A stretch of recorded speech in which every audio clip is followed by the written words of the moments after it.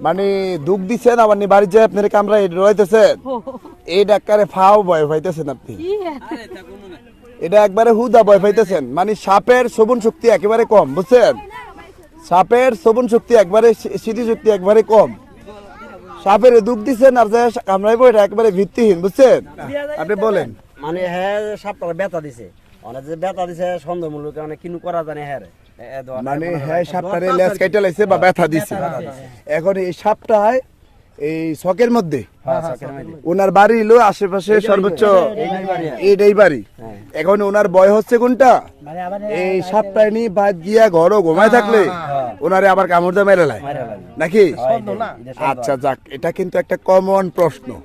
কথা বুঝছেন এটা একেবারে গুরুত্বপূর্ণ প্রশ্ন আমি বলি এখন আমাদের প্রতি আপনাদের কতটুকু আস্থা আছে যে আমরা যেটা বলবো এটা আপনারা বিশ্বাস করবেন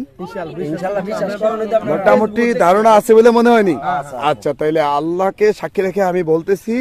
সাপের কোনো শ্রবণ শক্তি বলতে কোনো কিছু নেই বুঝতে পারছেন আমরা মানুষ যেমন আমার বাচ্চাটারে কেউ মেরে দিছে আমি যে আবার তার প্রতিশোধ নেব হ্যাঁ বা কুকুর বিড়ালের মধ্যেও এটা আছে বুঝছেন কুকুর বিড়ালের মধ্যে এটা আছে আমার মুরগির মধ্যেও আছে বুঝছেন যে আমার বাচ্চাটারে শিলে থাপা দিতে আসছে শিলটারে কি